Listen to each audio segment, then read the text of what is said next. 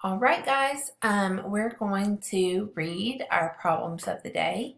I want you to stop and think, do we need to add or do we need to subtract? Um, when we read the problem, I want you to picture it in your mind and think about what you're doing. Are you joining numbers together or are you separating them? All right, Maxwell has 8 chickens. And he gives Nashton 4 of those chickens. How many chickens does Maxwell have left? So I want you to ask yourself, is Maxwell gaining more chickens or is he giving those chickens away? It says he gives Nashton 4. So Maxwell has 8 chickens, doesn't he? So let's draw those. Here we go. We have 1, 2, 3, 4, 5, 6, 7, 8. So here are the 8 chickens that are Maxwell's.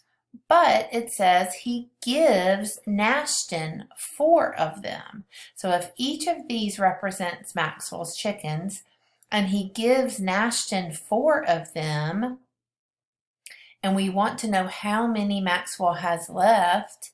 So if he gives this one to Nashton, and he gives this one to Nashton, and he gives this one to Nashton, and he gives this one to Nashton. So there are 1, 2, 3, 4.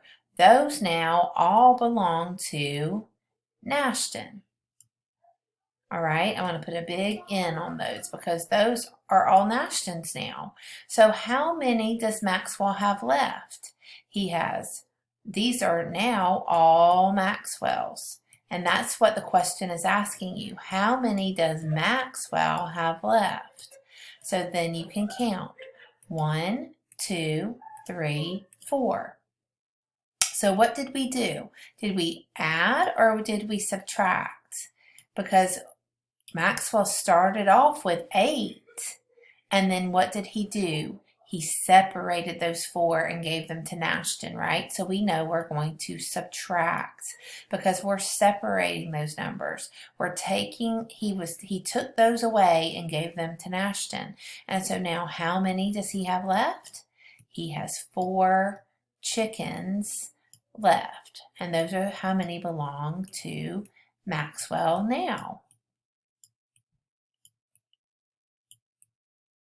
So Maxwell's chickens minus the ones he gave to Nashton. Now he has 4 left. So now let's look on our number of the day to help us. Okay, so if he started off with 8 chickens, so I'm going to start off on my number line. I'm going to find the number 8. So remember, we talked about on the number line, if you go this way, you're subtracting, you're getting smaller, right? Your numbers are getting smaller. If you're going this way on the number line, you're adding, your number is getting larger.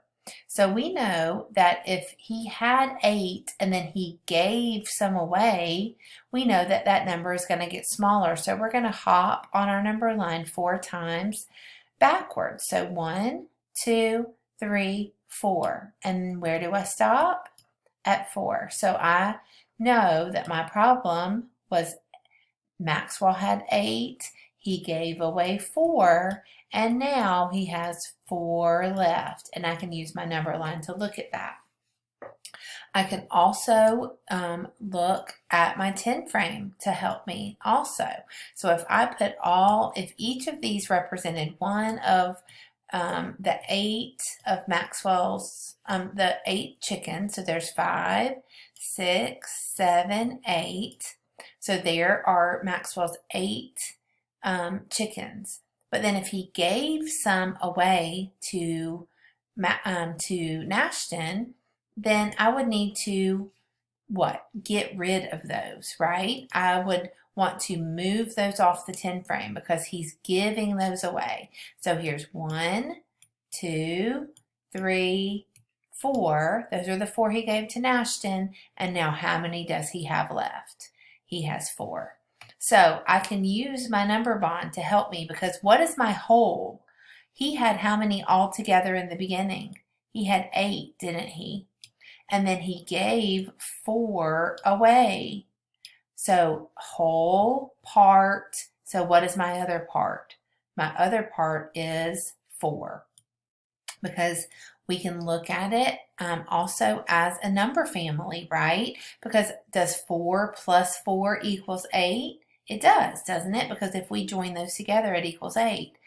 But if we were to separate them and say 8 minus 4, it equals 4. 8 minus 4 equals 4. So it goes both ways. And that's what we see when we're adding doubles. 4 plus 4 equals 8 altogether. All right, so now let's look at our next problem of the day. Sophia finds 9 eggs in the chicken coop. She gives 3 of those eggs to Kinsley. How many eggs does Sophia have left? So again, it sounds like we are separating those eggs out, right? Sophia found 9 of them. So I'm going to draw 9 eggs. 1, 2, 3, 4, 5, 6, 7, 8, 9. I can picture Sophia going into her chicken coop and with her little basket, and she finds 9 eggs in there. Then she comes out and she sees Kinsley, and she gives Kinsley 3 of those eggs.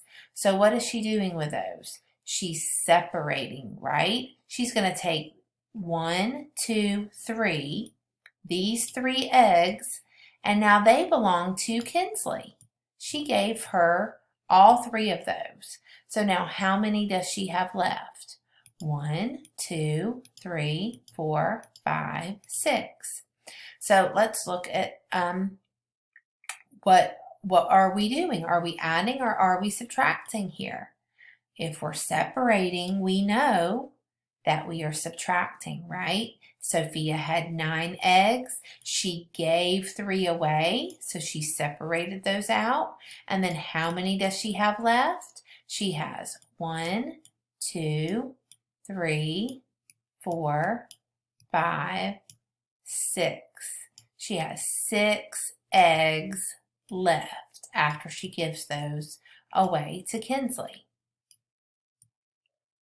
Now we can use our number of the day again to look at and help us. So if, again, we remember that when we go,